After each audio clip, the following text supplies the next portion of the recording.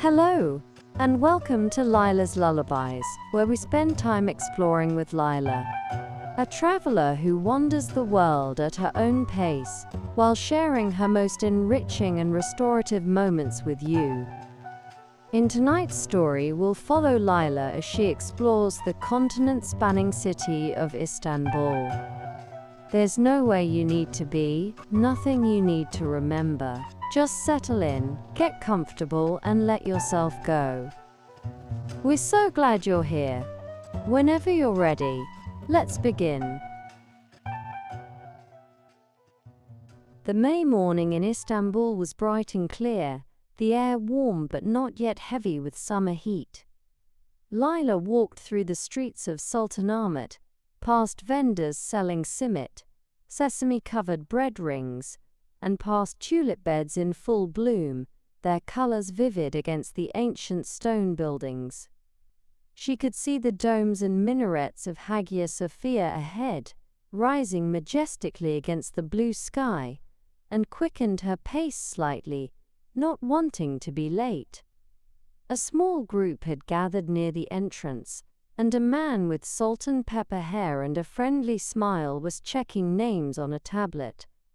He looked up as Lyla approached. "Good morning. Are you here for the Istanbul historic tour?" "Yes, I'm Lyla." "Excellent. I am Kemal, your guide today. Please, meet the others while we wait for one last person." Lyla turned to find 6 people waiting. An older gentleman with a trimmed white beard and a photographer's vest stepped forward first, extending his hand. "Thomas, from Copenhagen. I'm a retired diplomat, and I've been wanting to visit Istanbul for decades, finally here." A woman with dark curly hair pulled back with a colorful scarf smiled warmly. "I'm Nadia, from Cairo. I teach comparative religion at the university there. Istanbul is really a must-visit for me." A young couple stood hand in hand, both wearing matching hiking boots. "We're Elise and Mark," the woman said in a French accent, "from Lyon. We're both historians specializing in the Crusades, so we also can't believe this is our first time."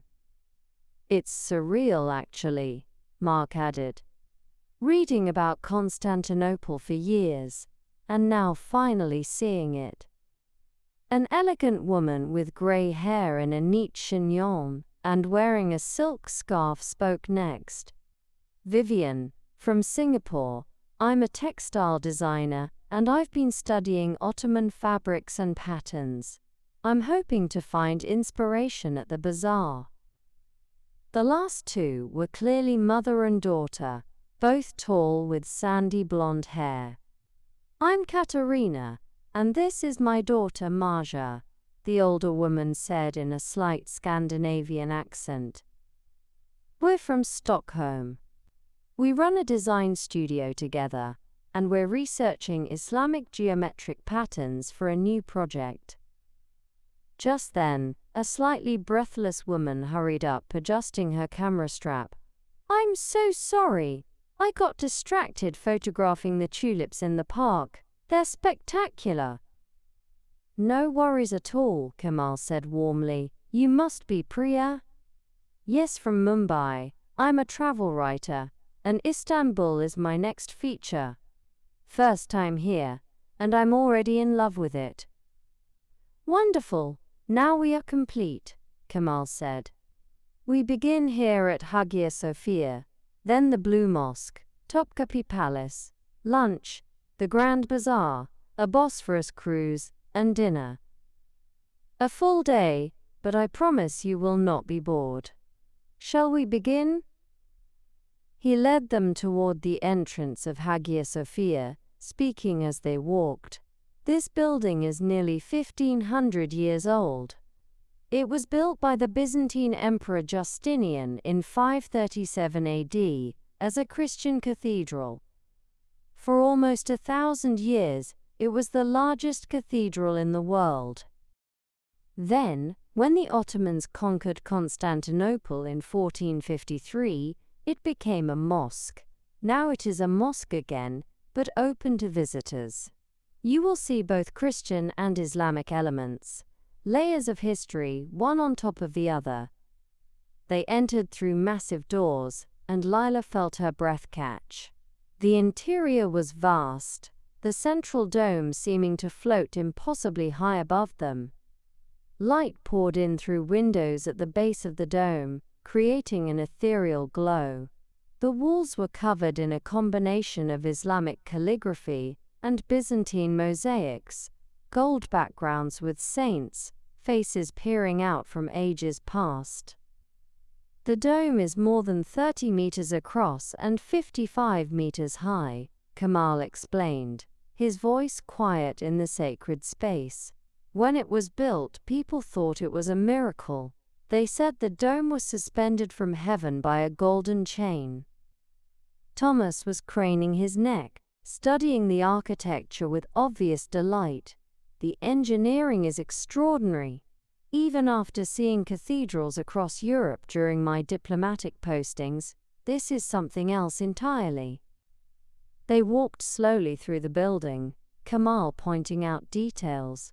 The Deepens mosaic showing Christ flanked by the Virgin Mary and John the Baptist, their faces serene and solemn, the massive circular medallions hanging from the walls inscribed with Arabic calligraphy, the marble columns brought from ancient temples across the empire. Nadia stood before one of the mosaics for a long time, her eyes glistening slightly. "I've lectured about these for years," she said softly.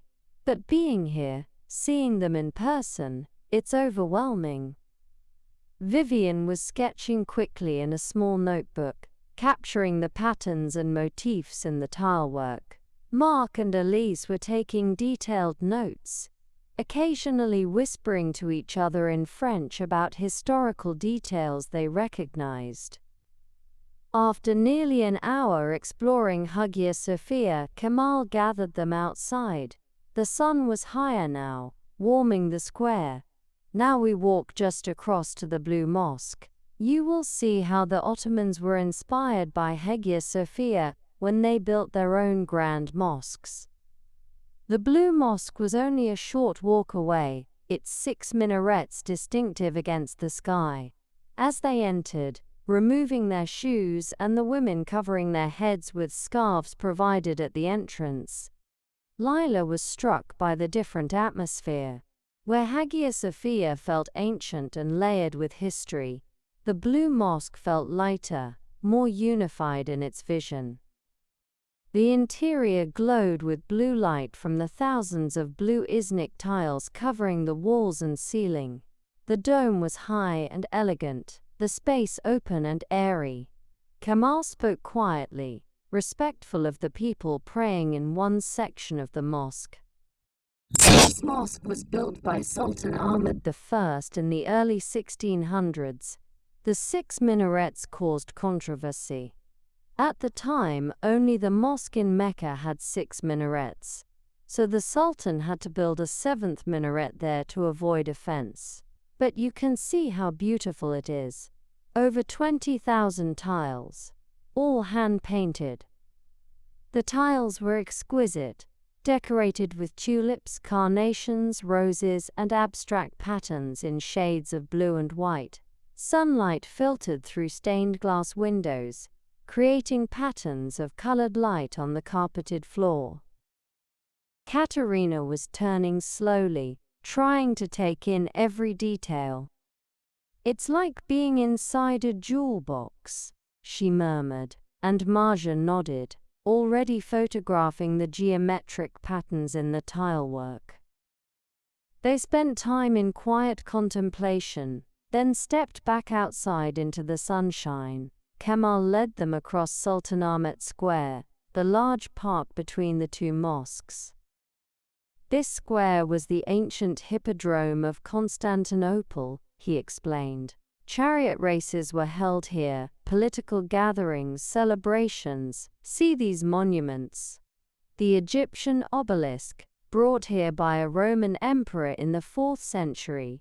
The serpent column, even older, from ancient Greece. And the German fountain, much newer, from 1900. All these layers of time, existing together. They walked around the monuments, Thomas providing additional historical context about the Byzantine hippodrome, his diplomatic experience having taken him to many ancient sites. They could imagine the crowds cheering for their favorite charioteers, the emperor watching from his private box, the excitement and danger of the races. From the square, Kemal led them to Topkapi Palace, the sprawling complex that had been the seat of Ottoman power for 4 centuries. They passed through the imperial gate into the first courtyard, which Kemal explained was once open to the public. The palace is organized in courtyards, each one more private, more exclusive. The first courtyard was for everyone, the second for officials and servants, the third for the Sultan's private household, and the fourth, the most private, for the Sultan himself. They walked through the courtyards, visiting the imperial council chamber where viziers met to discuss policy, the treasury with its incredible collection of jeweled objects and artifacts, and the harem, the private apartments of the Sultan's family. The harem was a maze of rooms decorated with stunning tilework and carved screens. Kemal explained the complex social hierarchy, the power wielded by the Sultan's mother, the education provided to the women and children who lived there. Western stories often get the harem wrong, he said. It was not what you see in Hollywood movies. It was a household, a family with its own rules and structure. Women here could have real power, especially the Valide Sultan, the Sultan's mother. Priya was photographing the tiles, trying to capture the intricate patterns and colors.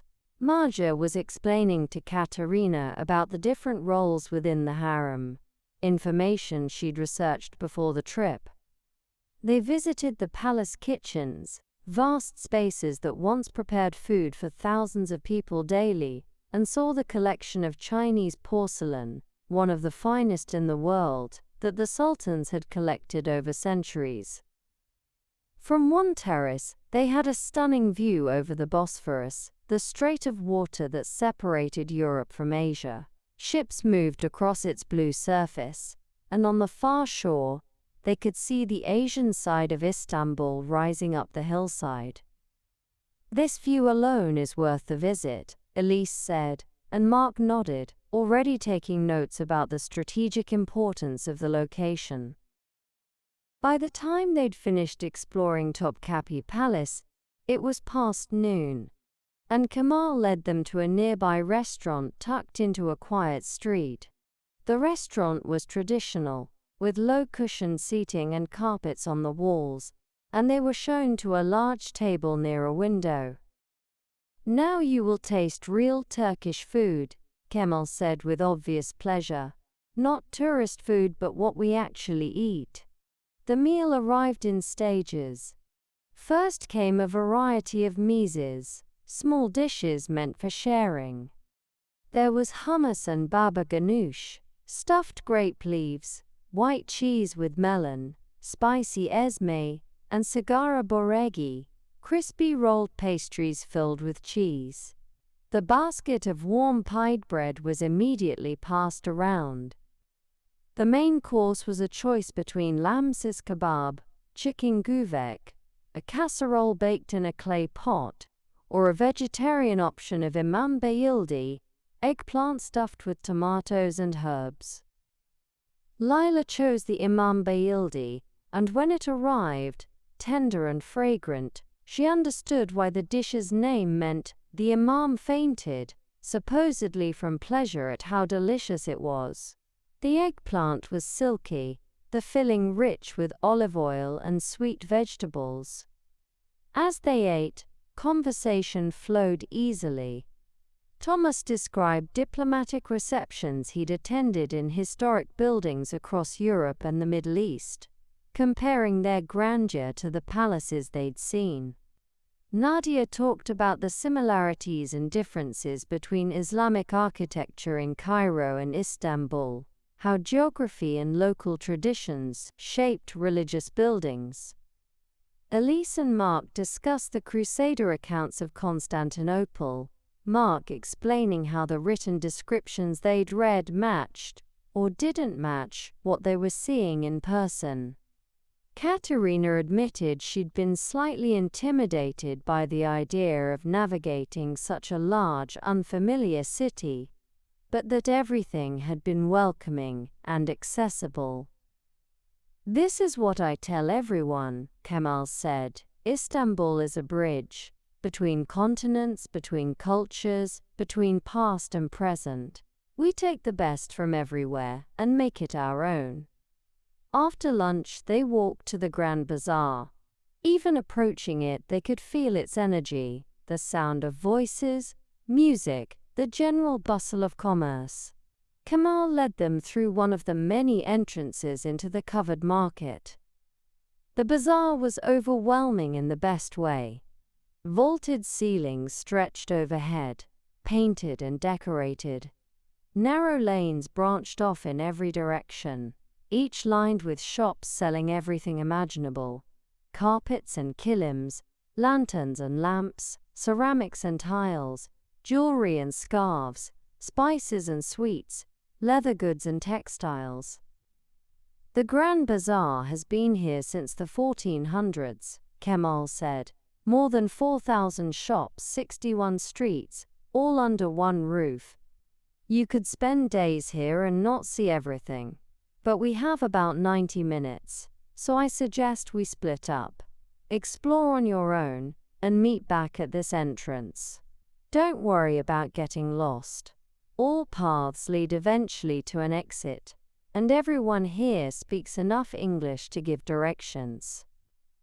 The group scattered, each person drawn to different areas. Lyla wandered down a lane lined with textile shops, their walls hung with scarves in every color: silk, cotton, wool, some hand-painted, others woven in traditional patterns. She passed Thomas examining a shop full of antique maps and prints, the shopkeeper showing him Ottoman-era illustrations of Istanbul. Further on, she saw Nadia in a bookshop specializing in calligraphy and illuminated manuscripts, speaking with the owner about Quranic verses and their artistic interpretations. Lyla found herself drawn to a small shop selling ceramics, plates, bowls, and tiles in the traditional Iznik style, with their distinctive blue, turquoise, red, and green patterns. The shopkeeper, a woman with kind eyes, smiled at her. "Welcome. Please look around. Everything is handmade by artisans in Kütahya." Lyla examined the pieces, impressed by the detail. Each one was slightly different, hand-painted rather than mass-produced. She picked up a small bowl decorated with tulips and carnations, its glazed surface smooth and cool. "This is beautiful," she said. "Ah, you have good eye. The tulip is very important in Ottoman art. Symbol of paradise, of perfect beauty." After some pleasant negotiation, part of the bazaar experience, the shopkeeper assured her, Lyla purchased the bowl, and the woman wrapped it carefully in layers of paper and bubble wrap. As she continued wandering, Lyla spotted other members of the group, making their own purchases. Vivian emerged from a textile shop, carrying a wrapped package of silk fabric with traditional Ottoman patterns. Mark and Elise were in a shop, selling antique coins and artifacts, carefully examining a Byzantine coin collection. Katerina came out of a tile shop with a small bag, followed by Marja, who was carrying a book of geometric pattern designs. Priya had found a spice shop and was selecting small bags of Turkish spices and teas, already planning the article she'd write about the sensory experience of the bazaar. When they reconvened at the meeting point, everyone was carrying packages and sharing stories of their purchases and the friendly negotiations they'd engaged in. Kemal smiled at their enthusiasm. "The bazaar has this effect," he said. "Everyone finds something they didn't know they needed. Now, we go to the water. Time for a cruise on the Bosphorus." They took a short taxi ride to the ferry dock, where a moderate-sized boat was waiting. It wasn't a private charter. Other tourists and some locals were boarding as well, but Kemal had arranged for their group to sit together on the upper deck. The boat pulled away from the dock, and immediately the perspective of the city changed. From the water, Istanbul revealed itself as truly a city of two continents. On the European side, they could see the minarets and domes of the old city, the Topkapi Palace on its promontory, and the modern buildings of the newer districts. On the Asian side, neighborhoods climbed up hillsides, mosques and apartment buildings intermixed. Kemal stood with them, pointing out landmarks as they passed. "There, that wooden mansion on the water, a yali, we call them. Only the very wealthy have these now. They're historic, very expensive to maintain. And there, Dolmabahce Palace, built in the 1800s, when the sultans wanted something more European, more modern than Topkapi." The palace was impressive, its white facade stretching along the waterfront, far more ornate and European in style than the Ottoman buildings they'd seen earlier. And here, coming up, the Bosphorus Bridge. When it opened in 1973, it was the first bridge connecting Europe and Asia. Before that, only boats. The bridge loomed above them, cars streaming across it. Passing underneath felt symbolic, moving from one continent toward another, even if just for a moment.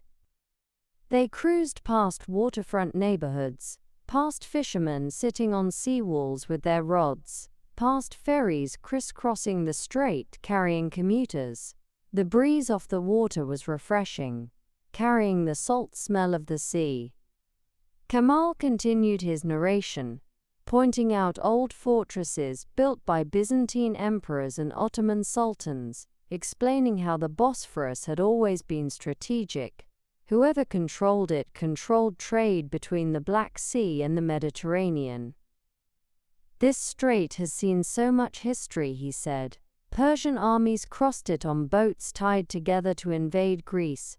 Crusaders sailed through on their way to Jerusalem. The Ottoman Sultan Mehmed II built fortresses on both sides to control it before he conquered Constantinople. And now thousands of ships pass through every year, carrying oil and grain and goods from all over the world." The cruise lasted about an hour and a half, and by the time they returned to the dock, the afternoon was fading toward evening. Kemal led them on foot to the Karaköy neighborhood, which had a different character. Narrower streets, older buildings, a mix of traditional shops and newer cafes and galleries. "Karaköy used to be where the port workers lived," Kemal explained. "Very working class. Now it's becoming artistic, trendy, but still authentic, still interesting." They walked through the streets, passing street art on old walls, a vintage shop selling furniture from the 1960s, a modern coffee roastery next to a shop that had been selling the same kind of cheese for 3 generations. Kemal stopped at a small cafe with a few tables outside. "A short break, and we must have Turkish coffee. You cannot leave Istanbul without this experience." They sat at the outdoor tables, and soon the waiter brought small cups of thick, strong coffee. Lyla sipped hers carefully. It was intense and slightly bitter, with fine grounds settling at the bottom of the cup. "Don't drink those grounds," Kemal warned with a smile, "unless you want a very unpleasant surprise. Some people read fortunes in the patterns they make, but I am not qualified for that." They sat in the cafe as the lights softened, watching Karaköy come alive for the evening. People were heading home from work, stopping at bakeries and markets. A group of young people passed by, laughing and speaking in rapid Turkish. An elderly man walked by with a stack of simit balanced on his head, calling out to advertise his wares. "I love this time of day," Priya said, "when a city transitions from work to evening, when you can feel it shifting gears." After their coffee, Kemal led them to a restaurant near the water, its terrace overlooking the Golden Horn, the inlet that divided the European side of Istanbul. The restaurant specialized in seafood, and soon their table was covered with dishes. There were multiple kinds of meze: grilled octopus, fried calamari, stuffed mussels, shrimp in garlic, and whipped tarama. The main courses were grilled fish, sea bass and sea bream, served whole with lemon and herbs, and a seafood casserole with tomatoes and peppers. The food was fresh and perfectly prepared, the fish tender and flavorful. They ate slowly, savoring each dish, the conversation meandering comfortably. The sun set over the city, and lights began to appear on both shores of the Golden Horn, their reflections wavering on the water. Thomas raised his glass of ayran, a salted yogurt drink, in a toast to Istanbul, to good company, and to days that remind us why we travel. "Here, here," the others echoed, raising their glasses. As dinner wound down, Kemal suggested one final activity. "If you're not too tired, I recommend a walk along the Golden Horn. It's beautiful at night, and it will help the dinner settle." The group agreed readily, and they set off along the waterfront promenade. The evening was warm and pleasant, the air carrying the smell of the sea. The path was well lit and populated with other walkers, couples holding hands, families with children, joggers and cyclists. On the water, boats moved back and forth, their lights creating trails across the dark surface. Across the Golden Horn, they could see the lights of the old city, the illuminated silhouettes of mosques and minarets against the night sky. They walked without hurrying, sometimes together as a group, sometimes spreading out. Lyla found herself walking beside Vivian for a while, and they talked about textiles and design, about how travel changed the way you saw patterns and colors. "Every city has its own visual language," Vivian said. "Istanbul is intricate geometry and flowing calligraphy. The patterns here are mathematical but somehow also organic. I'm going to need months to translate all this into new designs." Further along, Lyla caught up with Katerina and Marja. Katerina was talking about how this trip had given them fresh perspective on their work, how seeing the original sources of geometric patterns they'd only studied in books was transformative. "Sometimes you need to go to the source," she said. "Books and images can only teach you so much. But standing in these spaces, seeing how the light plays on the tiles, understanding the scale, that changes everything." The walk continued for perhaps 30 minutes, and then Kemal checked his watch. "I should probably let you go," he said. "It's been a long day, a full day, and I'm sure you're tired. Your hotels are not far from here. I can point you in the right directions." The group gathered one last time. People exchanged contact information, promising to share photos and stay in touch. Thomas shook Kemal's hand warmly, thanking him for his knowledge and expertise. Elise and Mark asked for recommendations of books about Byzantine and Ottoman Istanbul. Priya gave Kemal a hug, which he accepted with good humor. "Thank you all," he said. "You have been wonderful travelers, curious, respectful, enthusiastic. Istanbul is lucky to have had you today." They said their final goodbyes, and the group gradually dispersed into the Istanbul night.